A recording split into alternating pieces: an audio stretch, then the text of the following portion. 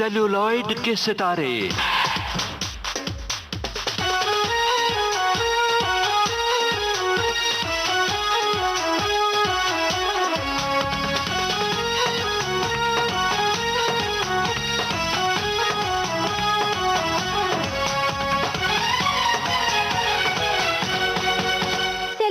सितारे में आज हिंदी फिल्म इंडस्ट्री के जाने माने कॉमेडियन विविध भारती के स्टूडियो में आए। असलम भाई, मेरे असलम भाई, असलम भाई, असलम भाई, असलम भाई। दुबई का चश्मा, चीन की चड्डी और ईरानी चाय। असलम भाई, जिन्होंने मुश्किल काम को बड़ी आसानी से कर दिखाया, लोगों को खूब हंसाया। शादी करके फंस गया यार, अच्छा खासा था कमारा। ओ शादी करके फंस गया यार, अच्छा खासा था कमारा। हर कैरेक्टर को बखूबी से निभाने वाले जॉनी लीवर इस गाने में एक सरदार की भूमिका में नजर आए और लोगों की हंसी के साथ साथ उनका दिल भी जीत लिया। तुमसे दिल लगाने की सजा है। सेल्यूलॉइड के सितारे में हास्य कलाकार जॉनी लीवर से मजेदार बातें कर रहे हैं कमल शर्मा। जॉनी साहब नमस्कार। इस कार्यक्रम में विविध भारती के इस प्रोग्राम में आपका बहुत बहुत स्वागत है। ऐसा लगता है कि जैसे हमारे प्रोग्राम में आज जान आ गई है, किसी ने इसको जोश से भर दिया है। बहुत बहुत स्वागत है। मैं विविध भारती की ओर से, अपनी ओर से, तमाम सुनने वालों की ओर से आपका इस कार्यक्रम में एक बार फिर से बहुत बहुत स्वागत करता हूँ। नमस्कार। धन्यवाद, नमस्कार, धन्यवाद, बहुत बहुत शुक्रिया आपका। आपने मुझे यहाँ बुलाया और हमारे चाहने वालों से मिलवाया। आवाज़ के जरिए मैं उन तक पहुँच रहा हूँ। आपका बहुत बहुत धन्यवाद। जॉनी भाई, आप स्टेज पर, इसमें कोई शक नहीं कि कमाल करते हैं, धमाल करते हैं, तरह तरह की आवाज़ें निकालते हैं और जिंदगी के कई कई किरदारों को आप जिंदा कर देते हैं। जी जी। तो ये जो चीज़ है, ये जो ऑब्जर्वेशन है, तरह तरह के कैरेक्टर्स जो हैं वो आपके भीतर जैसे ना बसे हुए हैं, वो बाहर धीरे धीरे आप उनको बाहर निकालते हैं। तो ये जो आर्ट है, ये आपने कहाँ से सीखा? खुद डेवलप किया या किसी से इंस्पायर हुए आप? ये आर्ट जो है, ये टैलेंट बाय बर्थ होता है जी। बॉर्न टैलेंट जिसको कहते हैं। ये परमेश्वर की कृपा होती है। किसी किसी में होता है, किसी में कम, किसी में ज़्यादा, किसी में बहुत ज़्यादा। बस ये कोई कलाकार होता है, कोई कारीगर होता है, कोई जादूगर होता है। ये ऑब्जर्वेशन का, स्टैंड अप का, जहाँ तक आप ये कह रहे हैं, मिमिक्री का, कॉमेडी के लिए ऑब्जर्वेशन की बहुत ज़रूरत होती है। ऑब्जर्वेशन पावरफुल होना बहुत ज़रूरी होता है। आप लोगों को कितना अच्छा ऑब्जर्व करते हैं, कितना डीप ऑब्जर्व करते हैं, आपको बोलते हैं ना माइन्यूट ऑब्जर्वेशन। पैनी निगाह से, पैनी निगाह से बिल्कुल बारीकियां पकड़ना। तो वो पकड़ने की ताकत जो है, वो टैलेंट चाहिए। बिल्कुल। आपने ऊपर ऊपर पकड़ लिया, किसी ने थोड़ा सा खुजा लिया तो खुजाने की एक्टिंग कर ली, या वो नहीं। आप क्या रूह जैसे रूह अफ़ज़ा होता ना, ये रूह कब्जा। रूह को कब्जा कर लीजिए, रूह को कब्जे में लाइए, दूसरे की रूह में उतर जाए। हाँ, जैसे कि रूह, जैसे ये भूत उतारने वाले है ना, वो निकालते हैं ना जी। तो वो किसके अंदर भूत आती है, वो आत्मा आ जाती है, तो कैसे वो करने लगते हैं, तो उन्हीं की तरह बोलने लगता है। औरतें पता नहीं आदमी की तरह बात करने लगता है। नहीं, औरतें बात करने लगती है ना, आदमी की तरह बात करने लगती है। तो ये वो, उसको तो पता नहीं होता। तो उसी तरह आपको उस वक्त पता नहीं चलना चाहिए कि आप किसकी कॉपी कर रहे हैं। ये हुई इमिटेशन की बात, मिमिक्री की बात, है ना। अब कॉमेडी के लिए क्या है, पर्दे पर जैसे हमारे महमूद साहब, किशोर कुमार जी, ये महान कॉमेडियंस थे अपने समय पर। असरानी साहब, जगदीप साहब, जॉनी वाकर साहब, ये लोग बहुत महान। इन्होंने जो कुछ जिंदगी में ऑब्जर्व किया, वो चीज़ें उन्होंने लोगों को दे दी और लोगों ने उनको ऊपर उठा लिया। और कैसे कर लेते हैं, कैसे, अरे कैसे, क्या ब्रिलियंट लोग है क्या। तो उन्होंने अपनी ताकत से, भरपूर ताकत से उन्होंने चीज़ों को स्टडी की और उन्होंने लाके लोगों के सामने दे दिया और वो नंबर 1 पर है। तो उसी तरह जो भी जितनी मेहनत करेगा उतना अच्छा मार्क्स लेगा। लेकिन कॉमेडी के लिए भी हर एक्टर जो है वो अपने अपने हिसाब से काम करते हैं, लेकिन कॉमेडी बहुत ही मुश्किल चीज है। और कॉमेडी के लिए आपको बहुत तह तक घुसना पड़ता है। तो ये जो कि इस फील्ड में आपको रुझान कब कैसे आया? क्या परिवार में भी? परिवार में जैसे मैंने कहा मेरी माँ से है ये। मेरी माँ बिल्कुल साउथ इंडियन है, वो स्टाइल में बोलती है साउथ इंडियन। हम लोग आंध्र प्रदेश के हैं, तेलुगु, मगर मेरी माँ की लैंग्वेज जो है उनका एक्सेंट आज तक नहीं सुधरा है। कैसे बोलती हैं? वैसे बोलती हैं। कह के पूछेंगे तो क्या जानो बाहर गया, जानो प्रोग्राम को गया ना, वो कल आएगा बोलते हैं, कल 2 दिन के बाद आएगा। वो प्रोग्राम को गया, तुम्हारा नाम क्या है, हम बोलेंगे। तो ये उनकी लैंग्वेज है जी। अब मैं उनसे पूछूंगा कि माँ, अभी तो खैर शादी के बाद बीवी से पूछता, उसके पहले माँ से पूछता था कौन आया कौन गया। तो मेरी माँ बेचारी बिल्कुल अनपढ़, को ना लिखना जानती पढ़ना जानती, तो वो नाम उनको याद नहीं रहता। तो मैंने कहा माँ कम से कम नाम तो याद रखो यार। अब मैं नाम कैसे मालूम पड़ेगा कि कौन आया? अब मुझे बड़ा, मैं तो बहुत गरीब मोहल्ले में रहता था, तो कोई बड़ा, मुझसे मिलने कोई बड़ा आदमी होगा ना, कोई ऑर्केस्ट्रा वाला होगा। वो टाइम निकाल के मेरे घर आया और मेरी माँ नाम भूल गई, तो मुझे तकलीफ होती थी। मैंने कहा माँ नाम बताओ, तो मेरी माँ बहुत नाम तो पूछती थी कम से कम। तो मेरी माँ टेंशन में आके बिल्कुल उस आदमी की तरह बोलती थी। मैंने कहा कैसे दिखने में कैसा था वो ऐसा था वैसा था, कैसे बोल रहा, क्या बोल रहा था? तो बिल्कुल उनकी, अगर पंजाबी है तो पंजाबी स्टाइल में बताई और मैं समझ जाता हूँ कि बलबीर आगे गया। सिंधी है तो सिंधी स्टाइल में वो बिल्कुल बोलेंगे और मैं फिर दोबारा कहूंगा ये फिर से बोल, कैसे बताई, फिर से आवाज निकाल, बोले नहीं वो क्या, नहीं मेरे वो क्या, नहीं वो आ गया। तो ये कुछ टैलेंट, और वो सिर्फ नकल कर सकती थी और दोबारा नहीं करके बताएगी। तो वो एक टैलेंट उनके अंदर पता नहीं कहाँ से ऊपर वाला डाल दिया। बाकी रियल लाइफ में तो वही साउथ इंडियन स्टाइल में बात करती, फिर वैसे भूल जाती, वो भूल जाती, बिल्कुल भूल जाती। तो वो जो नैक जो ऊपर वाले ने उनके अंदर डाला, वो जो टैलेंट डाला है, टैलेंट ही समझ लीजिए, वो चीज़ कहीं से मुझ में आ गई। तो पिकअप जो है ना जी, वो मुझे वहां से मिल गया है, जो बहुत ही इंपॉर्टेंट चीज है। वो अंदर ही से, मतलब मैंने कहा ना ये बाय बर्थ होता है। तो उसके बाद मैंने डेवलप किया नेचुरली। फिर इंस्पायर हुआ मैं हमारे सीनियर्स को देखकर, उनको देख करके हाँ यार मुझे ये करना चाहिए, मुझे वो करना चाहिए, ऑब्जर्व करना चाहिए। फिर उससे धीरे धीरे धीरे धीरे धीरे धीरे वो डेवलप हो सकता है, लेकिन अंदर से कुछ चाहिए। बिल्कुल। और इस वक्त हमारे सुनने वालों को कुछ चाहिए आपसे, आपकी पसंद का गाना चाहिए। हालांकि गाना कॉमेडी का भी हो सकता है, लेकिन पसंद चूंकि हमारे मेहमान की होती है, वो अपने सुनने वालों को क्या सुनवाना चाहते हैं, उन्हें किस तरह का संगीत पसंद है, ये बात भी पता चलनी चाहिए। तो यहाँ एक गाने की गुंजाइश है और गाना वो आपकी पसंद का सुनना चाहेंगे। अभी इस वक्त दिमाग में मेरा गुमनाम का गाना आ रहा है, हमें काले हैं तो क्या हुआ दिल वाले हैं। काले से डर गए क्या? हमें काले हैं तो क्या हुआ दिल वाले हैं, हमें काले हैं तो क्या हुआ दिल वाले हैं, हम तेरे तेरे तेरे चाहने वाले हैं, हमें काले हैं तो क्या हुआ दिल वाले हैं, हमें काले हैं तो क्या हुआ दिल वाले हैं, हम तेरे तेरे तेरे चाहने वाले हैं, हम काले हैं तो क्या हुआ दिल वाले हैं।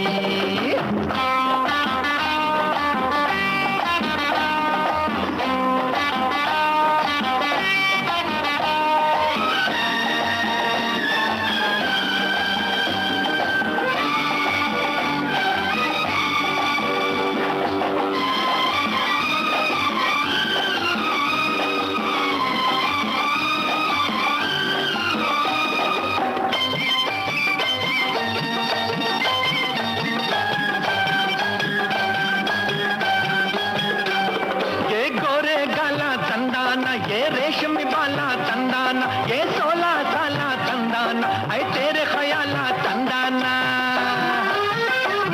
ये गोरे गाला तंदाना, ये रेशमी बाला तंदाना, ये 16 साला तंदाना, है तेरे ख्याला तंदाना, हम तेरे तेरे तेरे चाहने वाले हैं, हम काले हैं तो क्या हुआ दिल वाले हैं, हम काले हैं तो क्या हुआ दिल वाले हैं, हम तेरे तेरे तेरे चाहने वाले हैं, हम हम काले हैं तो क्या हुआ दिल वाले हैं। महमूद साहब पे ये गाना फिल्माया गया और महमूद साहब की भी हम बात करेंगे, लेकिन उसके पहले हम थोड़ा सा आपके बचपन में ही आसपास वहीं अभी मंडरा रहे हैं, वहीं घूम रहे हैं। हाँ जी, हाँ जी।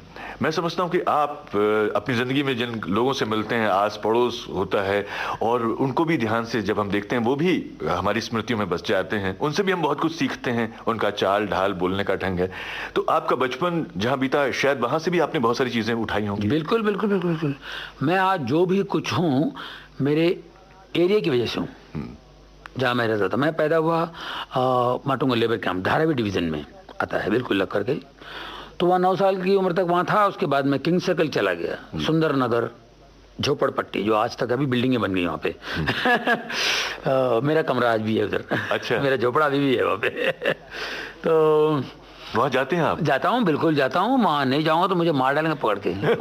वो लोग आते हैं, मैं नहीं जाता तो वो आते हैं। तो 20 साल वहाँ रहा मैं। तो मेरा जो एरिया इत्तेफाक से लकीली वर्ल्ड में नंबर 1 एरिया, हिंदुस्तान का वो समझ लीजिए म्यूजियम है मेरा वर्ल्ड, मेरा एरिया।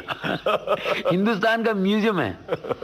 मतलब हिंदुस्तान के साथ साथ अगल बगल भी है वहाँ पे।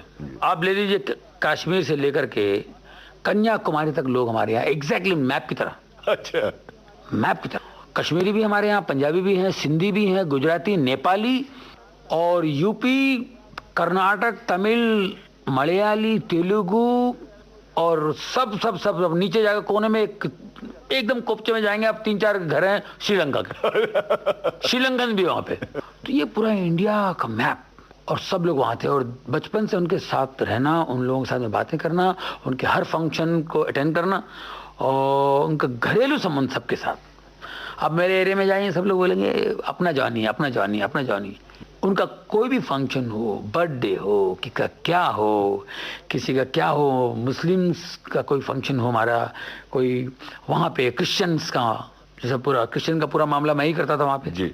हमारे हिंदू भाइयों का, तो जितने भी कोई फंक्शन नहीं मेरे बगैर चलता था, या किसी उनका मैरिज फंक्शन हो, व्हाटएवर, तो मैं वहाँ पे मौजूद होता था। और मिमिक्री वगैरह भी करते? मिमिक्री ऑफ कोर्स, और क्या के लिए बुलाता था। ये आएगा, डांस करेगा, मिमिक्री करेगा, इसको माइक दे दो, ये कुछ बोलेगा, चले कुछ डायलॉग बोल रहे, अरे कैसा अशोक कुमार की आवाज निकालता है, फलाना ये करता है। तो वहाँ पे मैं अशोक कुमार की आवाज में, अभी देखिए अभी शांताराम पवार की शादी है और शीला से इसकी शादी हो रही है, अभी ये लोग फेरे लेंगे, इसकी शादी होगी, उसके बाद ये घूमने जाएंगे गेटवे ऑफ इंडिया और कुलाबा जाएंगे, वहाँ जाएंगे, और 2-4 दिन बाद घुमा फिरा के फिर वापस आएंगे, फिर वही जो लड़की जो दुल्हन बनी है वही खूबसूरत लगे नई साड़ी पहन के फिर से अपने पुरानी साड़ी पे आके बर्तन धोना शुरू करेंगे। 2 दिन में डाल आटे का भाव मालूम पड़ता है, दूध का दूध, पानी का पानी निकल आता है। समझ में? ऐसा कुछ ना कुछ बंगस करके उसी सिचुएशन में एक्टर की आवाज में बोलना तो सबको अच्छा लगता था जी। तो ये सब चीजें और लैंग्वेजेस जो है मैंने वहीं से। हाँ, मैं देखता हूँ कि कभी आप गुजराती बोलने लगते हैं, कभी पंजाबी बोलने लगते हैं। अब वहां जाता तो गुजराती लोग मुझसे गुजराती बात करते हैं, पंजाबी बात करेंगे, सिंधी हटाच रे जाने लीवर इधर आ, कितना बड़ा हो गया है, भूल गया चड्डी पे इधर घूमता था। कैसा तुम टीवी में घुस गया, परसों में देखा इसको टीवी में चढ़ा घुसा पड़ा था। टीवी में, अरे माई टीवी में नहीं, आजकल पिक्चर में थिएटर में घुसा पड़ा है। अच्छा घुसा पड़ा है यार, वेरी गुड यार।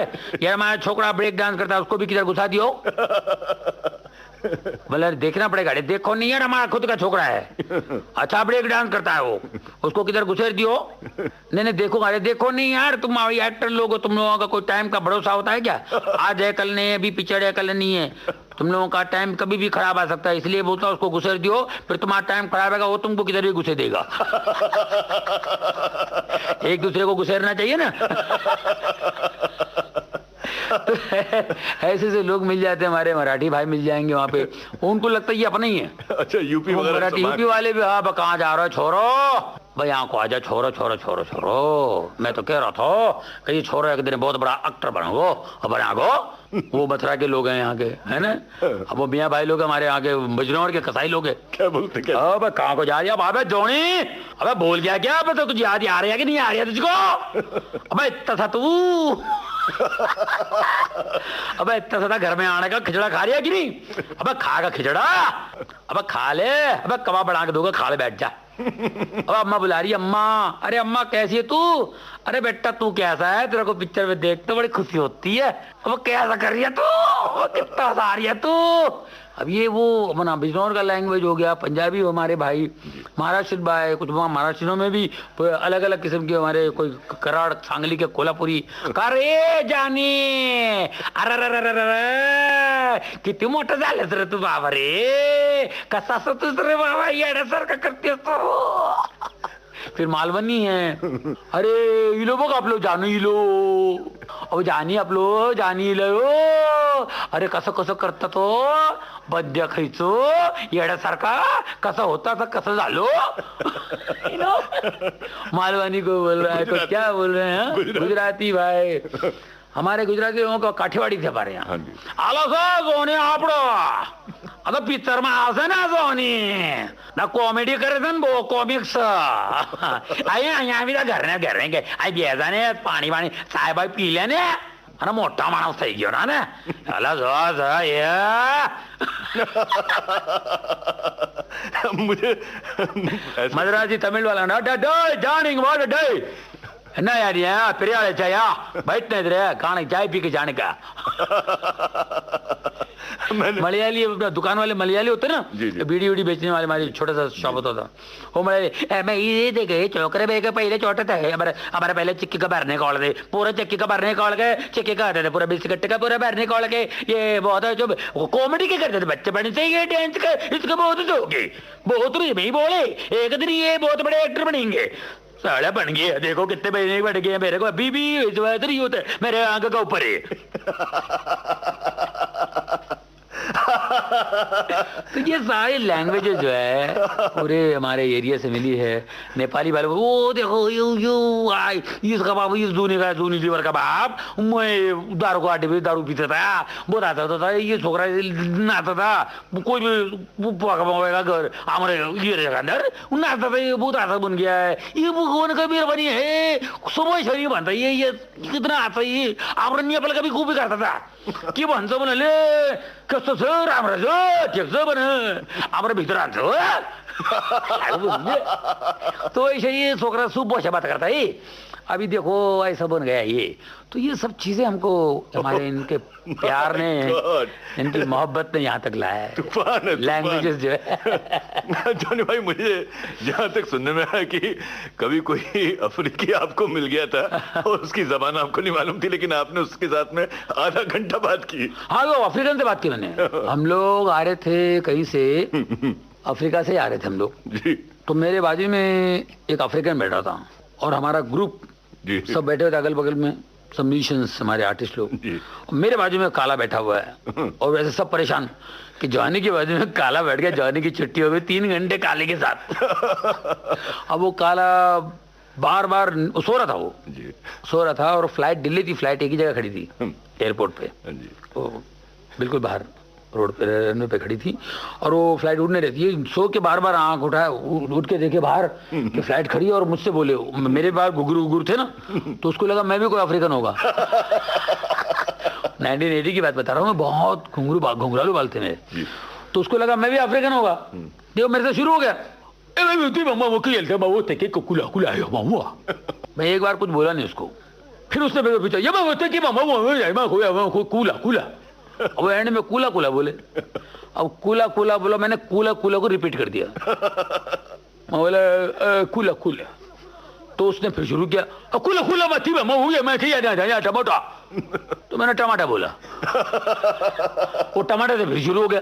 ऐसे मैंने आधा घंटा बात किया उससे, तो बाजू वाले भी सब परेशान, मेरे सब दोस्त लोग बोले यार तू क्या बात कर रहा था काले से यार, उतने से बात कर, तू बराबर जवाब दे रहा था, तेरे को आती क्या भाषा? मतलब बिल्कुल एक पाई नहीं आती मेरे को, मैं हर एक लैंग्वेज बोल सकता हूँ, हर बंदे से बात कर सकता हूँ, वर्ल्ड का कोई भी आदमी हो मैं उससे बात कर सकता हूँ। तो कैसे क्योंकि हम जब बात करते हैं तो देखिएगा, अरे भाई क्या हाल है, बोले ठीक हूँ, और क्या हो रहा है, अरे यार मैं वहाँ गया था यार और घूम घूम के जरा साला मैं परेशान हो गया और थक गया, और एंड में आपने थक गया बोल दिया ना, अब इस थक गया को रिपीट कर दीजिए, थक गया, तो फिर वो अरे थक गया, इतना थक गया कि पूछो मत, क्या वहां थक गया शुरू हो जाएगा, फिर मैं दिमाग खराब हो गया, फिर आप दिमाग खराब को रिपीट कर दीजिए, दिमाग खराब हो गया, अरे दिमाग खराब हो गया यानी कि तो मैं ऐसे एंड का रिपीट करता था, वो बोले जाता था वो। आपको चाइनीज हो गया, वो कुंगा कर दो, आप खाली कुंगा ही बोल दो, आगे शुरू हो जाएगा वो। तो ये नेक मेरे दिमाग में आ गया, तो ये से आप किसी से भी बात कर सकते। हाँ, अगर उसने कुछ पूछ लिया फिर आप जवाब दे पाएंगे। अभी बात को आगे बढ़ाएंगे, लेकिन मौका है गाने का, आपकी पसंद के गाने का। हाँ, बस ये है, वो मैं बहुत अच्छा एक गाना अच्छा लगता है मुझे, किशोरदा का, हम सब उस्ताद हैं, प्यार बांटते चलो। ओ प्यार बांटते चलो, प्यार बांटते चलो, हे प्यार बांटते चलो, प्यार बांटते चलो, क्या हिंदू क्या मुसलमान, हम सब हैं भाई भाई, प्यार बांटते चलो, प्यार बांटते चलो, हे प्यार बांटते चलो, प्यार बांटते चलो।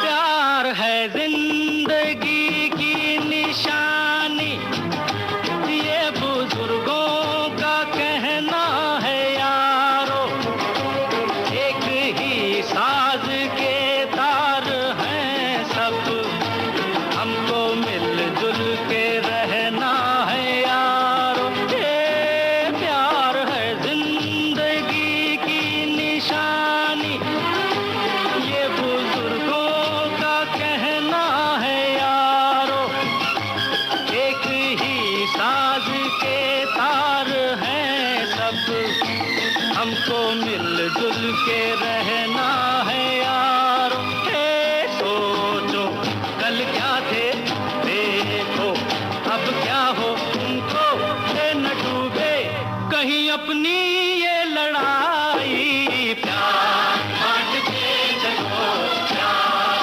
बांटते चलो, हे प्यार बांटते चलो, प्यार बांटते चलो। सुनने वाले दोस्तों, इस समय हम कॉमेडी के उस्ताद और उसके शहंशाह कहें, बादशाह कहें, जॉनी लीवर साहब के साथ में हैं इस प्रोग्राम में। आप उनकी दिलचस्प बातें सुन रहे हैं और मैं तो अपनी हंसी पे कंट्रोल ही नहीं कर पा रहा हूं। तो जॉनी भाई, ये जो कॉमेडी की हम बात करते हैं, मिमिक्री की बात करते हैं, वो तो बहुत सारे आर्टिस्ट करते हैं, कई लोग नकल भी करते हैं, लेकिन मैं समझता हूँ कि आप जो पेश करते हैं वो उससे थोड़ी सी मतलब नहीं, बहुत ज्यादा उससे डिफरेंट है, बहुत अलग तरह की चीज है। उसमें तंज भी है, सैटायर भी है, उसमें आसपास की जो जिंदगियां उनके चेहरे भी हैं, और जो माहौल चल रहा है उसका भी जो बदलता हुआ माहौल है, उससे भी आप चीजें लेते हैं और उसको कॉमेडी के साथ में, तंज के साथ में पेश करते हैं। ये चीज जो है हम दूसरी जगह इसकी कमी पाते हैं। क्या ये आपका खुद का आविष्कार है, खुद की इजाद है? हाँ, बिल्कुल करना चाहिए हर आर्टिस्ट के लिए जिनमें ये टैलेंट है। टैलेंट देखिए परमेश्वर की देन है जी, ऊपर वाले की देन है, वो एक है, ठीक है ना, वो एक ही है, उसका टैलेंट से मालूम पड़ता है कि वो एक है, जो टैलेंट दिया हमको, राइट? मतलब ये कहना चाह रहे हैं कि वो भी एक है और जॉनी लीवर भी एक ही है। नहीं, मैं तो एक ही पीस हूँ, दूसरा पीस कहाँ से आ सकता है? मेरे डुप्लीकेट बहुत हैं जी। हाँ, महमूद साहब एक पीस थे, जॉनी वकर साहब एक पीस थे, सब अपने समय में सब एक ही पीस होते हैं। तो साहब ऐसा है कि जो टैलेंट आपको दिया गया है, इस टैलेंट के साथ पूरी ईमानदारी होनी चाहिए, और इस टैलेंट को आप किस तरह इसको पाल पोस के बड़ा करता है, पेड़ की तरह जी, है ना, उसको बढ़िया सा पेड़ बनाइए, पौधे से पेड़ बना दीजिए, आपको उसको पेड़ बना दीजिए, फिर बढ़िया फल देगा, पेड़ जो है आपको अच्छे अच्छे फल देगा।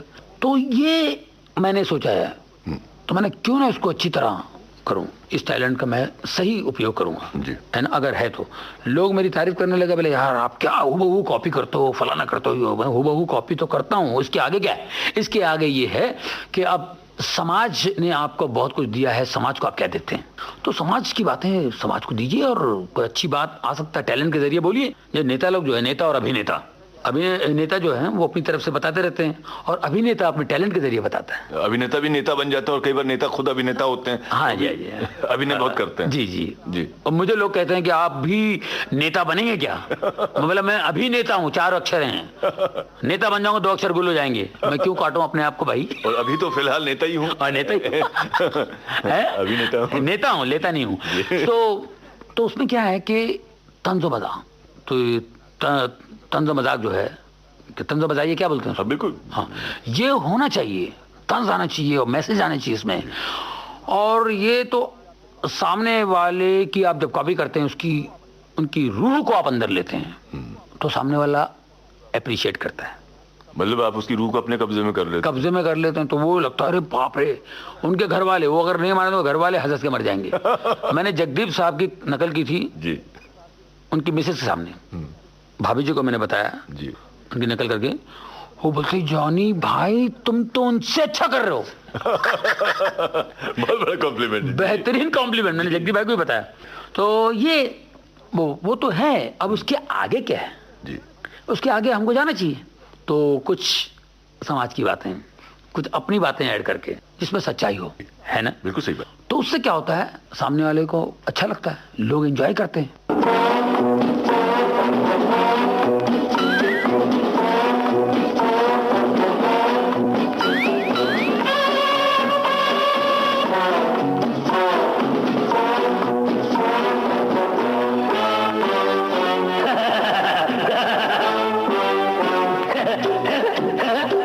सेल्यूलॉइड के सितारे में आप सुन रहे हैं जाने माने हास्य अभिनेता जॉनी लीवर से कमल शर्मा की बातचीत। नकल तो सभी करते थे, लेकिन उसमें वो नयापन नहीं था। और आपने उसमें उसको इनोवेट किया, उसमें नई नई चीजें लाए और आप उसके साथ में उसको फिर इम्प्रोवाइज किया अपने ढंग से आपने। और उसमें मैसेज भी था और तंज भी था। जो हालात चल रहे हैं उन पर भी आपने कमेंट किया अपने ढंग से कि एक आदमी पूरी दुनिया को जैसे ऑब्जर्व करता। और मैं समझता हूँ कि हास्य कलाकार जो है, जैसे उसका ये जो पैनापन है नजर का, वो उसका रस खींच के ले आता है कि उसको जो बात कहनी है, और वो फिर बात चाकू की धार से भी तेज होती है, जो लोगों के दिल पे असर करती है। बिल्कुल बिल्कुल। मैं जॉनी भाई आपसे यहाँ जानना चाहता हूँ कि ये कभी आपको लगता था कि जैसे दूसरे जो मिमिक्री आर्टिस्ट हैं आप उनको देखते थे तो मन में उनको देख करके लगता था कि अरे इनसे तो मैं बेहतर कर सकता हूँ, ऐसा लगता था आपको कभी? मुझे बिल्कुल लगता था कि ये जो कर रहे हैं, मैं बोल देता उसी वक्त, ये क्या कर रहा है ये आदमी यार, ये बराबर नहीं कर रहा है। तो मेरे दोस्त लोग मेरे को बोलते थे यार तू क्या है यार, तेरे को भी तो तू स्टेज पे भी नहीं चढ़ा है और तू ऐसी बात करता है। बोले भाई जानता हूँ मगर ये नहीं कर रहा है, गड़बड़ कर रहा है। और जिस दिन मैं माइक पकड़ूंगा, जिस दिन मैं ऐसे हॉलों में शो करना शुरू करूंगा तो मैं तोड़ के रखूंगा, मैं ऐसा रिकॉर्ड कर दूंगा। बोलते हैं तेरे को घमंड आ गया है, तो गुरूर आ गया तेरे को यार, तो ऐसी बातें मत कर। मगर ऐसी बातें मैं करता था और अंदर मजबूर होकर करता था, मेरे अंदर से निकल आती थी ऐसी बात। इतना कॉन्फिडेंस, ये कॉन्फिडेंस हर एक को होना चाहिए, हर आर्टिस्ट में होना चाहिए। मुझ में था तो वो तो उसको, वो बेचारा, वो मुझे भी लगता था यार मैंने जोश में बोल दिया यार, वाकई ये क्या सोचेगा, कुछ ज्यादा ही बोल दिया मैंने। तो आज हम लोग मिलते हैं, वही लड़का जब हम लोग 17-18 साल के थे, तो आज भी हम लोग मिलते हैं। अब आज तो हमारे बच्चे भी बड़े हो गए हैं, है ना? तो मिलता तो वो बेचारा वो बिल्कुल परेशान होता हूँ, मुझे तू की जगह आप करके बुलाते हैं। उनको लगता है कि बड़ा आदमी हो गया है। यार तू जो बोलता था वो करके दिखाया यार, वो हो गया है। मैंने कहा भाई मैं पता नहीं, मैंने वो निकल आता था, जिसने दिया वो कहलाता था। बिल्कुल। पर जॉनी भाई ये जो स्टेज पे परफॉर्मेंस जो इसका सिलसिला, फिल्मों से आने से पहले तो आप स्टेज पे परफॉर्म करते थे। ये याद है आपको वो दिन पहली बार जब आपने स्टेज पे शो किया, कैसे आपको ये मौका मिला? मेरे जिनको मैं उस्ताद बोलता था, जिनके साथ जा के मैं प्रोग्राम देखने जाता था, वो मुझे ले जाते थे। तो वो छोटे मोटे फंक्शनों में यहाँ वो गली में कराते थे। आपके उस्ताद का? मेरा दोनों सिंधी थे जी। आपको मालूम सिंधी लोग कैसे होते हैं, वेरी इंटेलिजेंट। तो 2 जन थे, 2 सिंधी लोगों ने मेरे को सिखाया। तो सोचिएगा क्या बोलते थे? अरे मैं सिंधी बोलता था, वो भी हैरान होते थे, बोले यार तो हमसे अच्छा बोलता सिंधी यार। ये सिंधी एक्सेंट तो हमसे अच्छा पकड़ लिया यार, तो कमाल। तो ये नैक ऊपर वाले ने दिया, ऊपर वाले की बड़ी मेहरबानी, समझे। तो इनके साथ जाता था मैं, तो बिरला हॉल, पाटकर हॉल, उन दिनों शोज होते थे। मैं 15-16 साल का था। शोज किनके देखने जाते थे आप? मिमिक्री नाइट शो होते हाँ थे, जी। मिमिक्री शोज होते थे। तो उन दिनों जैसे लाफ्टर चैलेंज है ना, जी, जी। ऐसा mimicry show, stand up shows होते थे उस उस समय के कौन से मिमिक्री आर्टिस्ट उस जमाने में दिलीप दत्त थे, जॉनी विस्की साहब थे, वो आज भी हैं दिलीप दत्त जी, तो इंतकाल कर गए, उनकी डेथ हो गई। और दिनेश हिंगू साहब हैं, और एक कांति पटेल थे, गुजरात से आते थे, वो चले गए। और वो है सलीम डनलप करके हुआ करते थे, नागेंद्र साहब, वो आज भी जिंदा हैं, नागेंद्र कुमार। ये सब कमाल के मिमिक्री आर्टिस्ट थे उस जमाने के, स्टैंड अप कॉमेडियंस कमाल के थे। तो इनको देखते थे, इनको देख देख के ही हमने डेवलप किया। पर आपको तब भी ये लगता था कि मैं और भी बेहतर कर सकता हूँ?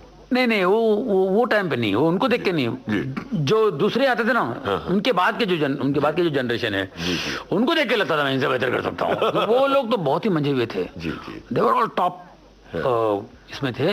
लेकिन इतना है कि मैं इनकी उम्र तक आऊँ तब तक मैं तो धोखे निकल गया सबको। मैं कुछ पता नहीं क्या कर दूंगा मैं तो, क्योंकि मेरे को लैंग्वेजेस का इतना वो था। जी।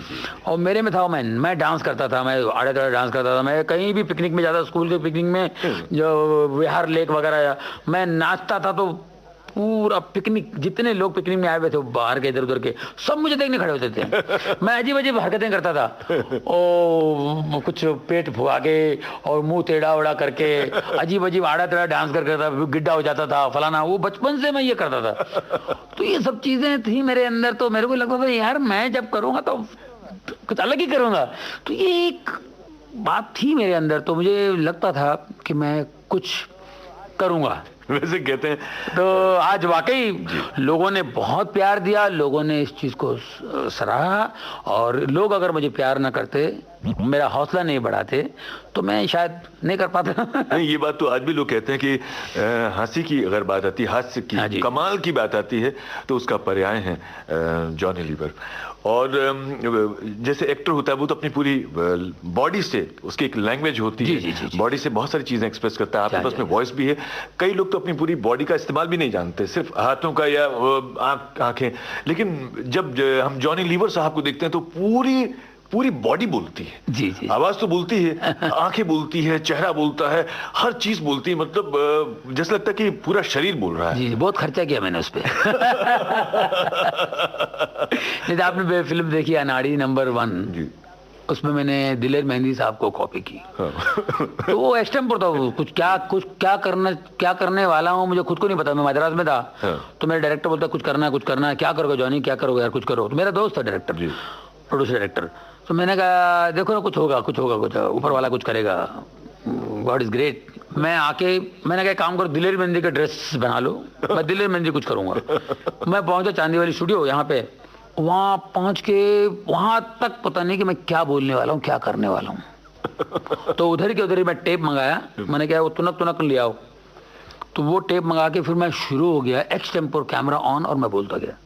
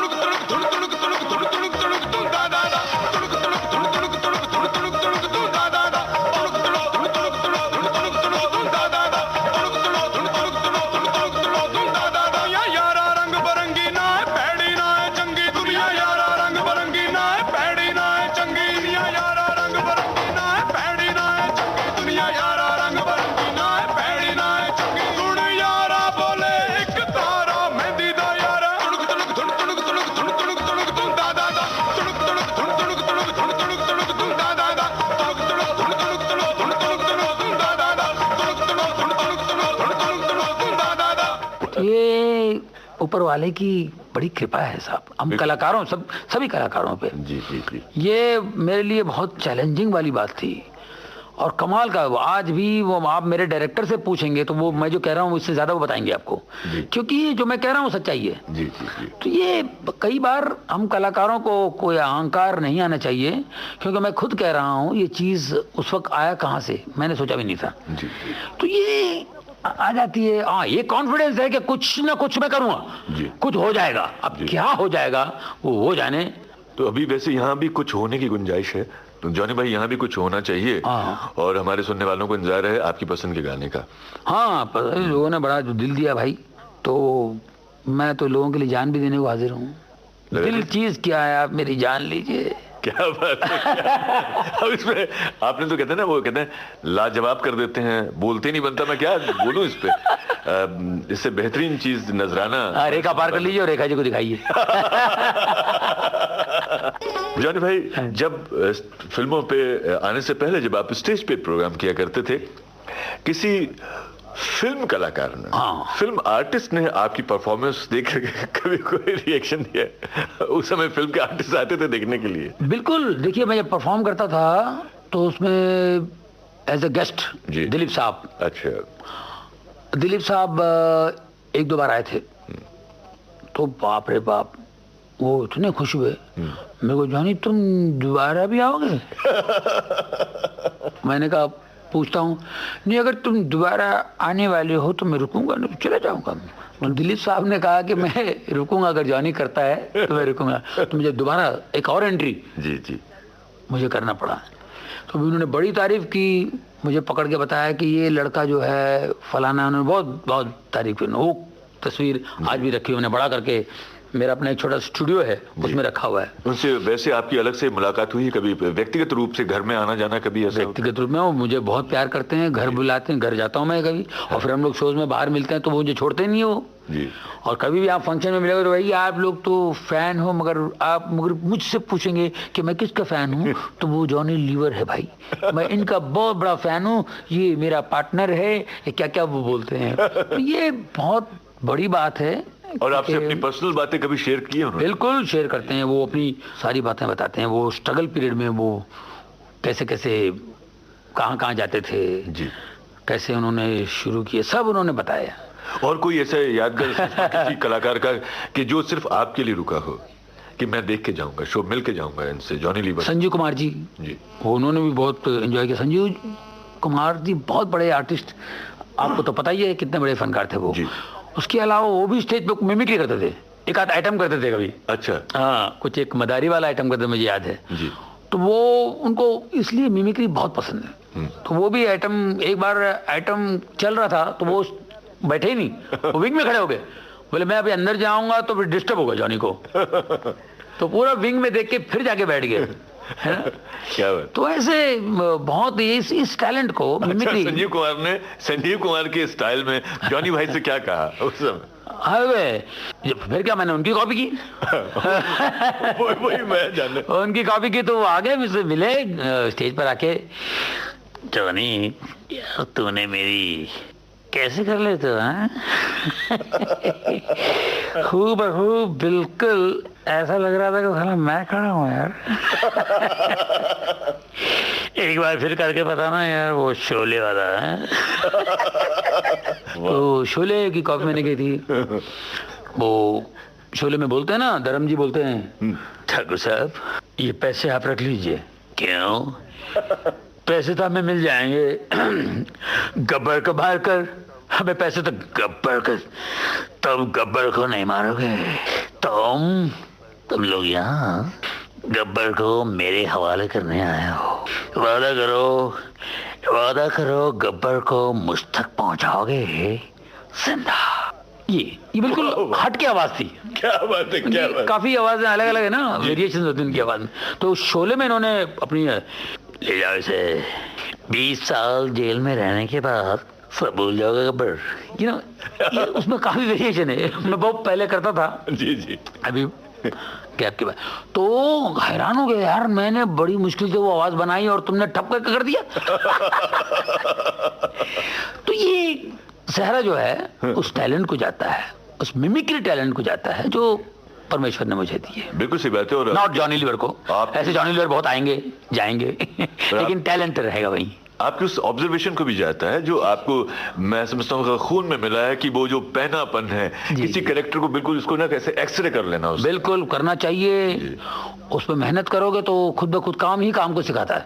तो मैं करता गया, सीखता गया। शत्रुघ्न सिन्हा साहब, कभी उनसे पाला पड़ा आपका? हाँ, शत्रु साहब, हाँ बहुत सारे सभी एक्टर, अमिताभ बच्चन जी, सब राजकुमार साहब, सबको ये पसंद है। राजकुमार साहब मेरा प्रोग्राम देखा है एक बार और मेरे को बोलता है, जानी तुम्हारा मिमिक्री जिंदाबाद, तुम्हारा मिमिक्री जिंदाबाद। ये वर्ड थे उनके। और ये शत्रु साहब तो मुझे देखने आए थे, खास गेस्ट आए हुए थे और उन्होंने कहा भाई वो ठीक है लेकिन वो जॉनी लीवर का है, मैं तो उसको देखने आया हूँ, वो मेरी नकल करता है, वांट टू सेम, हाँ कैसे कॉपी करता देखना है। कहाँ है? मैं बाजू में था, उनको कुर्सी दे रहा था। अरे तुम हो, अच्छा पहले एक्टिंग करके बताओ, पहले मेरी कॉपी। स्टेज पे उन्होंने कहा, फिर मैंने कॉपी का कहा, उनकी चाल चल के आया, मैं विंग से लेकर खाली चल के आया और लोगों ने तालियां बजाई, वो मुंडी नीचे कर ली, उधर ही खत्म कर लिया बोले बस यार। फिर आवाज निकाली, वाह चाचा वाह, गुनाह का खाए में ढकेलना जानते हो लेकिन उसको गहराई से घबराते हो, तुम चुपचाप तमाशा देखते रहो चाचा। याद है चाचा, तुमने मुझे बचपन में मार मार के चोरी करना सिखा, और ये कमबख्त साला भेजा था किसी और चीज के लिए, चोरी करके कोई और चीज लिया, इसको तो मैं हड्डियां तोड़कर सुरा ठक ठक ठक। ये रामपुर का लक्ष्मण फिल्म का डायलॉग है। जी। तो ऐसी सी कठिनाइयां जिंदगी में आई। और मैं समझता हूँ कि टाइमिंग जो है एक कॉमेडी में खास तौर से बहुत ही इंपॉर्टेंट चीज है, और ऐसे ही कॉमेडी का मजा भी लेना है तो कानों को बिल्कुल तेज रखना चाहिए। एक डायलॉग मिस हुआ तो मजा खत्म हो जाता है। और इसी तरह से जो परफॉर्मर है उसको भी ये ध्यान रखना पड़ता है कि उसने थोड़ा सा डिले कर दिया या झोल खा गया तो गया काम से। गया, बिल्कुल टाइमिंग का खेल है ना जी, टोटल टाइमिंग का खेल है। अच्छा, ये मिमिक्री स्टेज पे करना ये अलग टैलेंट है जी, ये डिपार्टमेंट अलग है जी, और स्क्रीन पे कॉमेडी करना ये डिपार्टमेंट अलग है। दोनों में बहुत फर्क है भाई। क्या फर्क है? या ऑडियंस में क्या है कि गिव एंड टेक है, गिव एंड टेक। वहाँ पब्लिक भी बहुत वो सामने से ऑडियंस का जो फीडबैक मिलता है जी, और यहाँ सामने से कुछ भी नहीं है। बिल्कुल सही। कभी कभी कैमरे के सामने बोलना पड़ता है, ये भाई ये माँ खड़ी है, माँ से बोलो, अरे माँ की तरह तो कैमरा है। तो माँ को इमेजिन, वो तो टाइम लगता है उसको, फिर करते करते करते करते सीखना पड़ता है। रोज ही सीख रहे हैं, ये भी काम दोनों, ये काम तो सीखते रहो बस, जी, जी। मरने तक सीखते रहो, जितनी ताकत है सीखते रहो और एंजॉय करो। वैसे ये तो कहते हैं कि आदमी जिंदगी भर स्टूडेंट रहता है, और मैं समझता हूँ कि आपके लिए तो जिंदगी ही सबसे बड़ा स्कूल रही, आपने उससे सीखा। बिल्कुल बिल्कुल। आसपास जितने भी किरदार थे, कैरेक्टर्स थे, पास पड़ोस से ही आपने सारी चीज उठाई। बहरहाल इस समय उठाना पड़ेगा हमें आपकी पसंद का एक रिकॉर्ड, और वो सुनाना पड़ेगा अपने सुनने वालों को, क्योंकि मैं तो आवाज नहीं निकाल सकता। आप रेडियो में पर बहुत पॉपुलर होते, अगर आप रेडियो जॉकी होते तो पता चला कि अभी देव साहब गाना सुनवा रहे हैं, उसके बाद में अशोक कुमार साहब सुनवाने आ गए, उसके बाद में शत्रु साहब गाना सुनवा रहे हैं, और सुनने वाले उनको लगता है कि बहुत सारे स्टार जो है प्रोग्राम पेश कर रहे हैं। पता चला कि स्टूडियो में तो एक ही आदमी बैठा है। लेकिन इस समय जॉनी भाई आपकी पसंद का गाना है। अरे साहब, इस वक्त मैं आपको देख के बस अब आपसे प्यार हो गया मुझे। ये आपकी आंखें कितनी खूबसूरत है, से आपकी आवाज तो है यही, you are very nice person. तो मुझे गाना याद आ रहा है। मैं तो ये मेरी आप पतंग उड़ा रहे हैं? नहीं पतंग नहीं उड़ा रहा, पतंग थोड़ी, मैं तो बम उड़ा रहा हूँ जी। तो सर वो क्या है, गाना याद आ रहा है इस वक्त। मैं तो तुम संग नैन मिला के हार गई सजना। दोस्तों आइए सुनते हैं गाना जॉनी साहब की पसंद का। मैं तो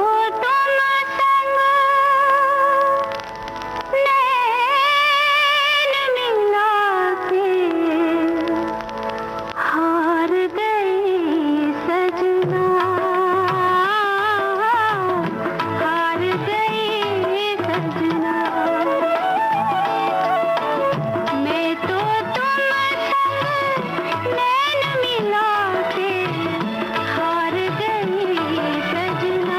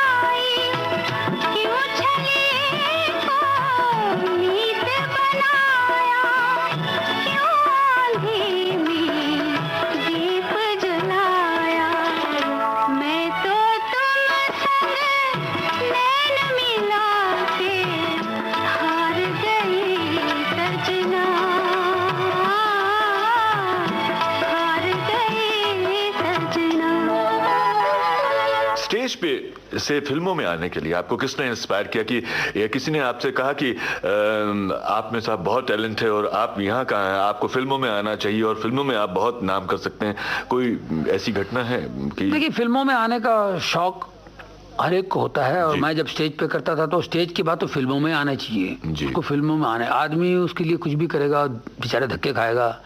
हर एक के अंदर से चाहत होती कि फिल्म में आए, फिल्म में। और फिल्म का क्रेज शुरू में इतना था लोगों को, आज भी है और रहेगा, वो तो था। लेकिन मैं कभी सोचा नहीं था कि मैं फिल्मों में आ जाऊँ, क्योंकि बड़ा मुश्किल काम था। लेकिन मैं कल्याण जी आनंद जी म्यूजिकल नाइट में जब मैं ज्वाइन हुआ, कल्याण जी आनंद जी भाई का बहुत बड़ा सपोर्ट मिला मुझे। तो छोटे मोटे ग्रुपों में मैं करता ही था, इनके ग्रुप में आने से मेरा नाम हो गया। हिंदुस्तान में बड़ी बड़ी जगहों पे बड़े बड़े लोगों के सामने प्रोग्राम करने का मौका मिला, वर्ल्ड में घूमने का मिला, अमिताभ बच्चन जी के साथ, रेखा जी वगैरह सब टूर में हम लोग एक महीना निकालते थे। तो फिल्मों में काम बड़ी आसानी से उन्हीं की तरफ से मिला। पहली फिल्म मुझे मिली, में पहली फिल्म थी मेरी वो ये रिश्ता न टूटे। देखिए नाम भी कैसा, ये रिश्ता न टूटे, और आज तक रिश्ता बंधा हुआ है। तो वो फिल्म, उस फिल्म में कल्याण जी भाई और मैं दोनों कैरम बोर्ड खेल रहे थे म्यूजिक हॉल में, कैरम बोर्ड खेल रहे थे। प्रोड्यूसर आया, फिल्म कंप्लीट नहीं हुई आपकी? कंप्लीट हो गई सर, एक सीन बाकी सर, वो कॉमेडी का सीन है, एक कोई छोटा कॉमेडी मिलेगा जगदीप भाई के साथ में, एक दिन का काम में पिक्चर कंप्लीट है।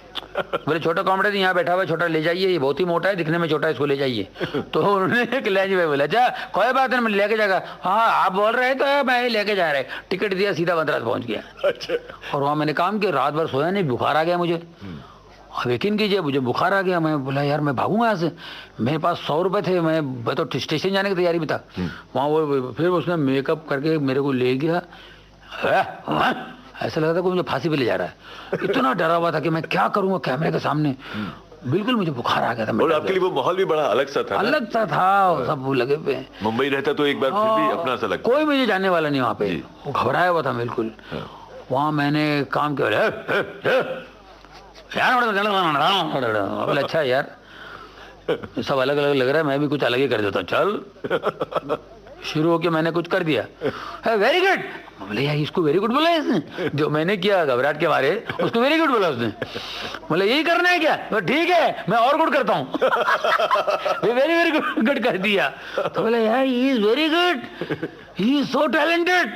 अब मैं तो घबराया हूँ, मुझे तो पागल ऐसा बोल रहे हैं, इतनी सी बात इनको अच्छी लगी, ये तो पगले लोग हैं यार। तो ठीक है, तो वो भी ऐसे ही आसानी से हो गया, जो मैं घबराया हुआ था बड़ा घबराया हुआ था। फिर शाम में जगदीप साहब आए, उनके साथ काम करना था। मैंने जगदीप भाई को बोला, जगदीप भाई मैं बहुत ही डरा हुआ हूँ और आपके साथ काम करना मुझे कुछ नहीं पता है।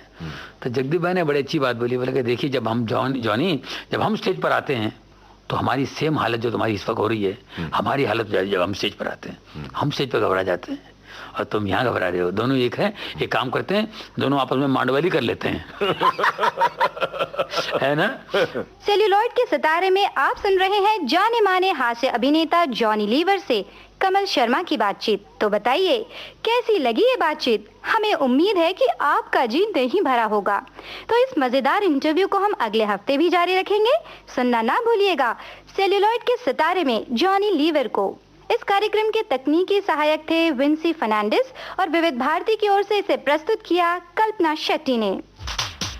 तो अब आज का पिटारा बंद।